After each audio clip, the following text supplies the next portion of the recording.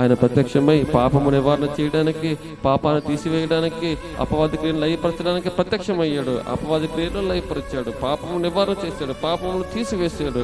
సిలువలో తన యజ్ఞము ద్వారా సమస్తమును పోగొట్టి సమాధి చేయబడి, శ్రమ పెట్టబడి, సమాధి చేయబడి 3వ దినమున మృత్యుంజయుడే లేచాడు అనే మాట లోగడ గత ఆదివారం మనం విన్నాం. ఎప్పటి నుంచో విన్నాం. ఆయన పునరుద్ధానము ద్వారా మనం నీతిమంతులుగా తీర్చబడ్డాం. అయితే ఇప్పుడు ఈ సబ్జెక్ట్ అంతా, ఈ టాపిక్ అంతా ఎందుకని బాబు ఎందుకు తీసుకొచ్చారంటే, పునరుద్ధానుడు ప్రత్యక్షమవుతున్న రోజులు. హల్లెలూయా, హల్లెలూయా. సర్వుడిగా ప్రత్యక్షమయ్యాడు. ఆది నుంచి ప్రత్యక్షమవుతాడు, ఆయా రీతిగా ప్రత్యక్షమవుతున్నాడు. యేసు ప్రభువు వారు తిరిగి లేచి 3వ దినం మృత్యుంజయుడే వెంటనే పరలోకానికి వెళ్ళిపోలేదటండి. 40 దినములు 3వ దినమందున యేసుండు మృతి గెలిచి లేచినాడు.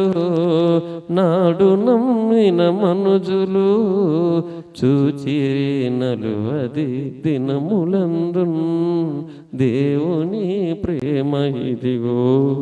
జనులార భావంబునము తెలియరే, కేవలము నమ్ముకునినా పరలోక జీవంబు మన కబ్బును.